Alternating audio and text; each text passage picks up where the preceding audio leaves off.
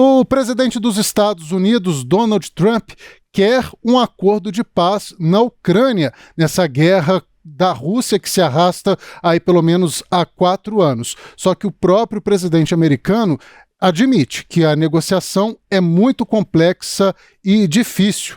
Trump se encontrou com o presidente da Ucrânia, Volodymyr Zelensky, na Flórida neste domingo e depois de horas de reunião, a entrevista aos jornalistas não foi tão otimista. O presidente americano expressou confiança no andamento das negociações de paz Rússia-Ucrânia, mas se recusou a fornecer um prazo preciso para a conclusão. We had a great talk with them after we were completed. We thought it was appropriate to speak with them. And our meeting was excellent. We covered, somebody would say 95%. I don't know what percent, but we have made a lot of progress on ending that war, which is really certainly the most deadly war since World War II, probably the biggest war since World War II. Trump pontuou ainda que podem surgir problemas inesperados que comprometam todo o processo. Larissa, em fevereiro, a guerra iniciada pela Rússia na Ucrânia vai completar 4 anos. Dezenas de países pressionam a Rússia, mas até agora sem sucesso nessas conversas aí com Vladimir Putin.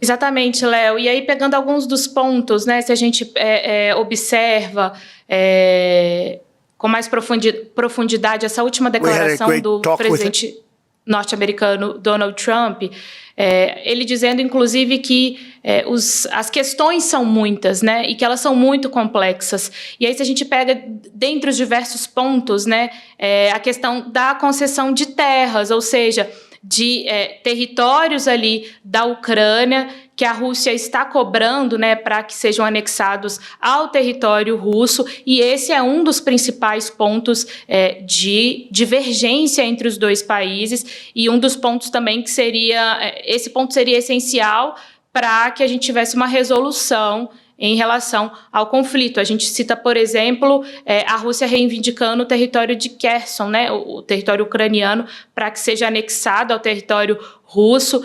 Isso para dar um exemplo de outros pontos que também são muito complexos e que o próprio governo, o próprio presidente norte-americano Donald Trump está admitindo, né, que são muitos e que são complexos. Então, acredito que passos estão sendo dados, mas, de fato, se não houver uma convergência em relação a essas questões, dificilmente a gente vai ter uma resolução, de fato, em relação ao conflito, né? Um consenso, um acordo, de fato, para esse conflito entre Rússia e Ucrânia. Léo.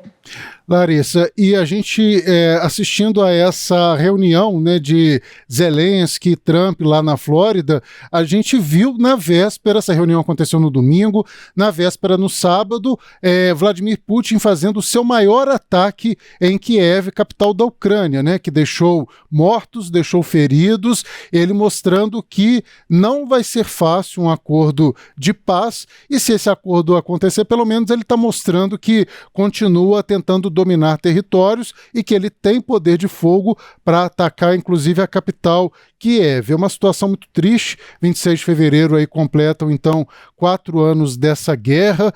Se ela não for finalizada antes, é uma pena que a gente continue assistindo a um conflito como esse, não só na Ucrânia, mas também em diversos outros países. Esperava-se que a gente terminasse 2025 com uma paz maior e hoje Trump está se encontrando também com Benjamin Netanyahu, tentando um acordo de paz mais consolidado em Gaza. A gente continua acompanhando esses conflitos todos, né, Larissa?